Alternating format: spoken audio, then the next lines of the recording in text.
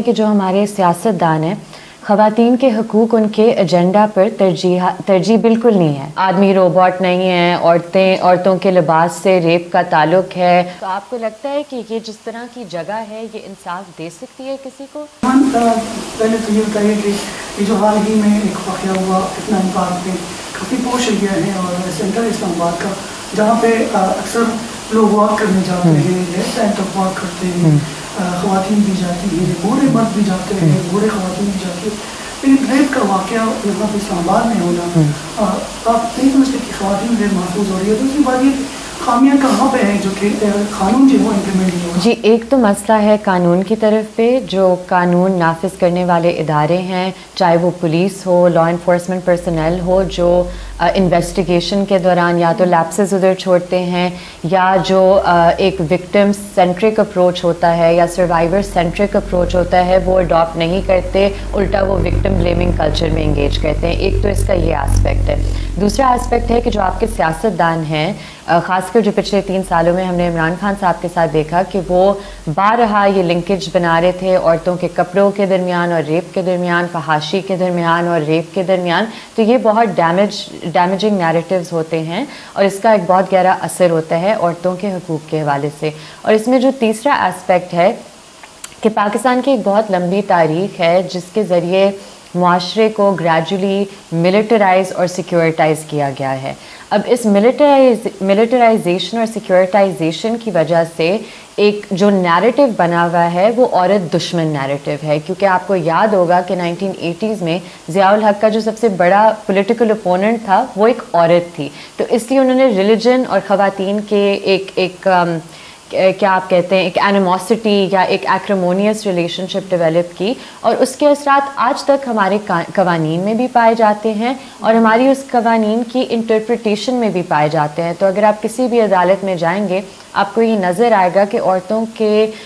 جو ان کے خلاف جرائم کیے جاتے ہیں اس میں کتنا عورتوں کو وکٹم بلیم کیا جاتا ہے. تو یہ جو ایک پورا کلچر ہے اور یہ جو ایک پوری ذہنیت ہے، اس کے لیے آپ کو چاہیے کہ جو آپ کی پولیٹیکل لیڈرشپ ہے وہ خواتین کے حقوق کو، خواتین کے تحفظ کو اپنے پرائیورٹی ایجنڈا پہ ڈالیں. آئی تھنک ڈیفینیٹلی صرف عدالتوں کی بات نہیں ہے، جیسے میں نے کہا پروسیکیوشن کی بھی بات ہوتی ہے، وٹنس پروٹیکشن کی بات ہوتی ہے، اس میں بہت سے اس طرح کے نیوانسز اور ایشوز آ جاتے ہیں. لیکن ایک بات میں واضح طور پہ کرنا چاہتی ہوں، کیونکہ ابھی ڈیتھ پینلٹی کی ہم بات کریں، پرنسپلی تو میں بالکل 100% ڈیتھ پینلٹی کے خلاف ہوں، اور میری نظر میں یہ کسی بھی کیس میں اسٹیٹ کو یہ اختیار نہیں دینا چاہیے کہ وہ زندگی اور موت کے اس طرح فیصلے کریں.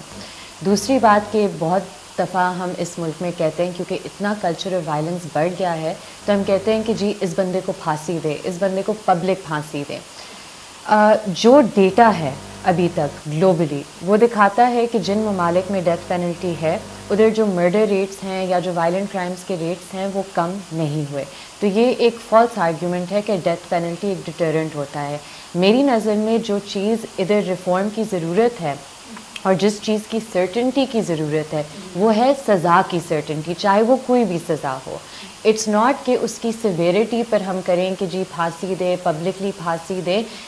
لائف اور ڈیتھ کے جو یہ معاملات ہوتے ہیں یہ ریاست کے اس طرح ہاتھ میں نہیں ہونے چاہیے. بٹ جہاں تک بات ہے سرٹنٹی آف پنشمنٹ کی، وہ بہت ضروری ہوتی ہے کہ جب جو آپ ابھی بات کریں کہ فیملیز کو لگتا ہے جی ہم اس پورے پروسیس سے گئے ہیں لیکن اینڈ میں کوئی سزا بھی نہیں سنائی گئی، چاہے وہ 5 سال ہو، 7 سال ہو، لائف امپریزنمنٹ ہو. اور یہ ایشوز آتے ہیں کیونکہ آپ کو پتہ ہے کرمنل پروسیڈنگز میں جہاں تھوڑا سا بھی ریزنیبل ڈاؤٹ کریٹ کیا جاتا ہے تو وہ کیس زیادہ کمپلیکیٹڈ ہو جاتا ہے، ان دا سینس کہ جب آپ پروو نہیں کر سکتے یا گیپس آ جاتے ہیں ایویڈنس میں یا گیپس آ جاتے ہیں چین آف کسٹڈی میں، تو ظاہری سی بات ہے یہ ساری چیزیں قانونی طور پر اکیوزڈ کے فیور میں جاتی ہیں. تو ادھر جو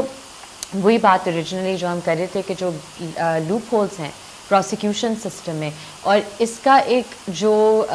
کہہ سکتے ہیں انڈر لائنگ ریزن ہے جس پر کوئی کبھی بات نہیں کرتا کہ آپ کے تمام جو وسائل ہیں، آپ نے کچہری دیکھی ہوگی، اسلام آباد کی کچہری ضرور دیکھی ہوگی ادھر جو F8 میں ہے، تو آپ جب جاتے ہیں ادھر تو آپ کو لگتا ہے کہ یہ جس طرح کی جگہ ہے یہ انصاف دے سکتی ہے کسی کو؟ ظاہری سی باتیں نہیں دے سکتی. آپ نے سارے وسائل دفاع کو دیے ہوئے ہیں تو آپ کے باقی وسائل کہاں جائیں گے؟ جسٹس ریفارم پر, ہیلتھ پر, ایجوکیشن پر, آپ کے پاس تو پیسے ہی نہیں اور